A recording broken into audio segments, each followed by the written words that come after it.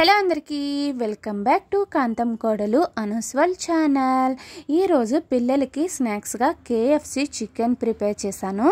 చాలా టేస్టీగా ఉంది. ఇంట్లో ఉండే వాటితోనే ఈజీగా ప్రిపేర్ చేసేసుకోవచ్చు. మరి నేను కేఎఫ్సి చికెన్ ఎలా ప్రిపేర్ చేశానో చూసేద్దామా?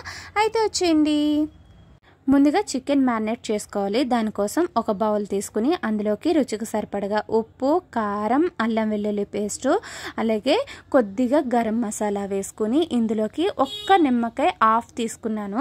నిమ్మరసం ఇంకా పెరుగు వేసుకుని కొంచెం ఆయిల్ కూడా వేసుకుందాం. చికెన్ అయినా నాన్ వెజ్ ఏదైనా సరే కొద్దిగా ఆయిల్ వేసుకుంటే మనకి బాగుంటుంది. అందుకనేసి కొద్దిగా ఆయిల్ వేసుకుని మొత్తం మిక్స్ చేసేసి శుభ్రంగా కడుక్కొని నాట్లు పెట్టుకున్న చికెన్ బాగా పట్టించేసి ఫ్రిడ్జ్లో ఒక 4 hours మూత పెట్టేసి అలా ఉంచేద్దాం.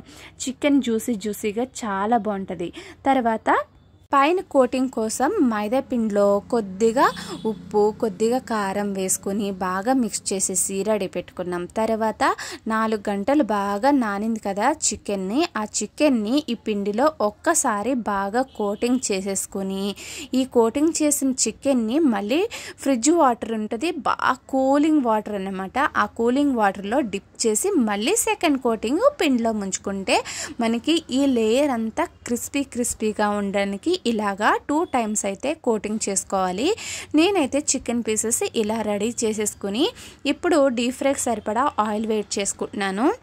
ఆయిల్ మరీ వేడిగా ఉండకుండా కొంచెం వేడి చేసుకుని ఫ్లేమ్ అయితే మీడియం ఫ్లేమ్లో పెట్టేసి చికెన్ని లో ఫ్లేమ్లో మీడియం ఫ్లేమ్లో అడ్జస్ట్ చేసుకుంటూ ఫ్రై చేసుకోవాలి.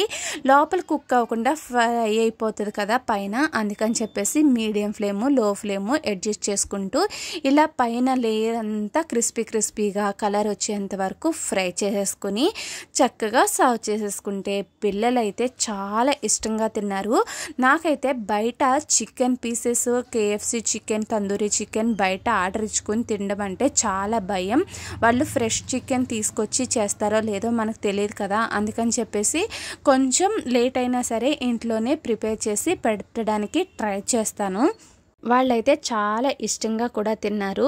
కేఎఫ్సి చికెన్ అయితే క్రిస్పీగా లోపల జ్యూసీగా చాలా బాగా బాగుంది. అలాగే ఇష్టంగా కూడా తిన్నారు.